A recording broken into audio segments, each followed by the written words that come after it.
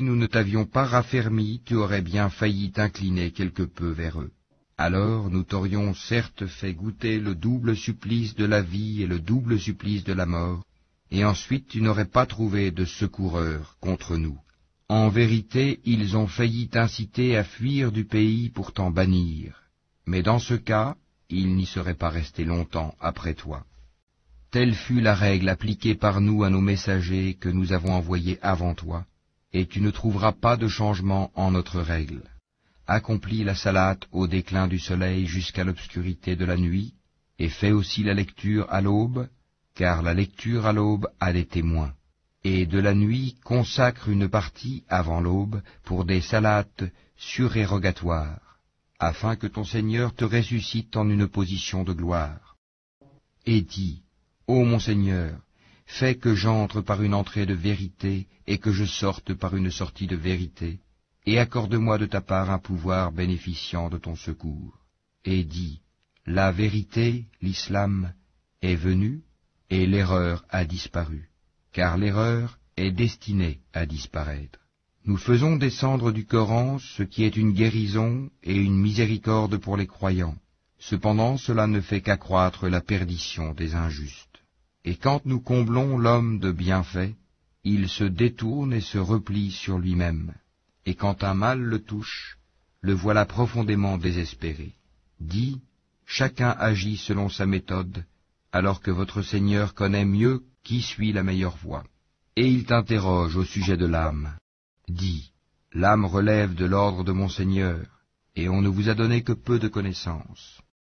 Si nous voulons, nous pouvons certes faire disparaître ce que nous t'avons révélé, et tu n'y trouverais par la suite aucun défenseur contre nous.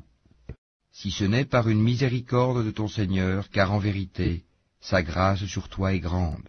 Dis, même si les hommes et les djinns s'unissaient pour produire quelque chose de semblable à ce Coran, ils ne sauraient produire rien de semblable, même s'ils se soutenaient les uns les autres.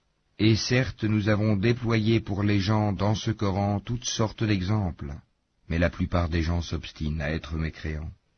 Et ils dirent, nous ne croirons pas en toi jusqu'à ce que tu aies fait jaillir de terre pour nous une source, ou que tu aies un jardin de palmiers et de vignes entre lesquels tu feras jaillir des ruisseaux en abondance, ou que tu fasses tomber sur nous, comme tu le prétends, le ciel en morceaux, ou que tu fasses venir Allah et les anges en face de nous, ou que tu aies une maison garnie d'ornements, ou que tu sois monté au ciel.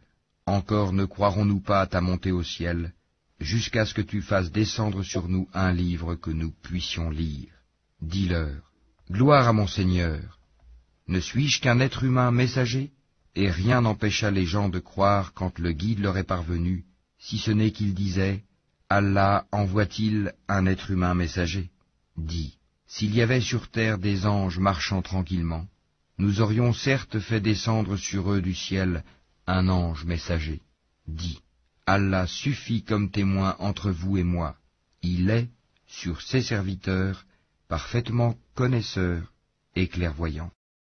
Celui qu'Allah guide, c'est lui le bien guidé, et ceux qui l'égarent, tu ne leur trouveras jamais d'alliés en dehors de lui, et au jour de la résurrection. Nous les rassemblerons traînés sur leurs visages, aveugles, muets et sourds. L'enfer sera leur demeure. Chaque fois que son feu s'affaiblit, nous leur accroîtrons la flamme ardente. Telle sera leur sanction parce qu'ils ne croient pas en nos preuves et disent, quand nous serons ossements et poussière, serons-nous ressuscités en une nouvelle création? N'ont-ils pas vu qu'Allah, qui a créé les cieux et la terre, est capable de créer leur pareil? Il leur a fixé un terme, sur lequel il n'y a aucun doute, mais les injustes s'obstinent dans leur mécréance. Dis, si c'était vous qui possédiez les trésors de la miséricorde de mon Seigneur, vous lésineriez, certes, de peur de les dépenser, et l'homme est très avare. Et certes, nous donnâmes à Moïse 9 miracles évidents. Demande donc aux enfants d'Israël, lorsqu'il leur vint, et que Pharaon lui dit, « Ô Moïse, je pense que tu es ensorcelé. » Il dit, « Tu sais fort bien que ces choses-là, les miracles, seul le Seigneur des cieux et de la terre les a fait descendre comme autant de preuves illuminantes. Et certes, ô Pharaon, je te crois perdu. Pharaon voulut donc les expulser du pays. Alors nous les noyâmes tous, lui et ceux qui étaient avec lui. Et après lui nous dîmes aux enfants d'Israël, habitez la terre. Puis, lorsque viendra la promesse de la vie dernière, nous vous ferons venir en foule. Et c'est en toute vérité que nous l'avons fait descendre, le Coran, et avec la vérité il est descendu, et nous ne t'avons envoyé qu'en annonciateur et avertisseur. Nous avons fait descendre un Coran que nous avons fragmenté, pour que tu le lises lentement aux gens, et nous l'avons fait descendre graduellement. Dis, croyez-y ou n'y croyez pas, ceux à qui la connaissance a été donnée avant cela, lorsqu'on le leur récite, tombent, prosternés, le menton contre terre, et disent, gloire à notre Seigneur, la promesse de notre Seigneur est assurément accomplie. Et ils tombent sur leur menton, pleurant, et cela augmente leur humilité. Dis, invoquez Allah ou invoquez le tout miséricordieux, quel que soit le nom par lequel vous l'appelez, il a les plus beaux noms, et dans ta salate, ne récite pas à voix haute, et ne l'y abaisse pas trop, mais cherche le juste milieu entre les deux.